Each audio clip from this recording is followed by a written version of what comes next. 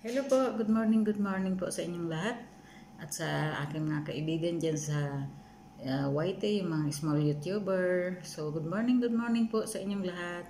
So, ngayon po ay press na press yan, bagong ligo po, basa pa ang buhok. Nag-prepare po ako para pumasok po sa aming salon kasi po, naiinip na ako dito sa bahay namin. Isang buwan na po ako dito nag-standby sa bahay. So, parang pakiramdam ko malulung po ako. Hindi ko na-i-exercise yung aking binti. So, kasi medyo mahaba-haba pa po kasi ang hinihintay kong araw. Bali, 2 weeks pa bago ako makauwi. But anyway, meron na rin po akong ticket kaya hindi naman po na problema. So, mahaba-haba pa yung aking hihintayin na araw. Kaya naisipan ko na doon na muna ako sa salon. Kahit papaano makakapagtrabaho ko yung magaan na trabaho lang.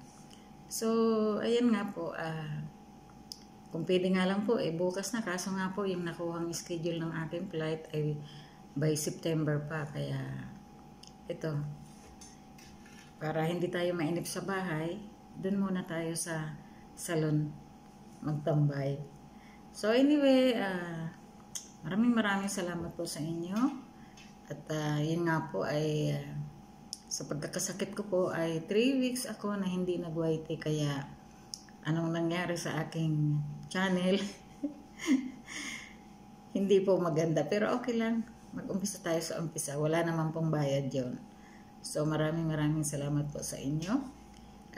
Don't forget po to like and share and subscribe. Elsie Rubio Loving Layers po. Bye bye po, maraming salamat and God bless to all. Bye bye.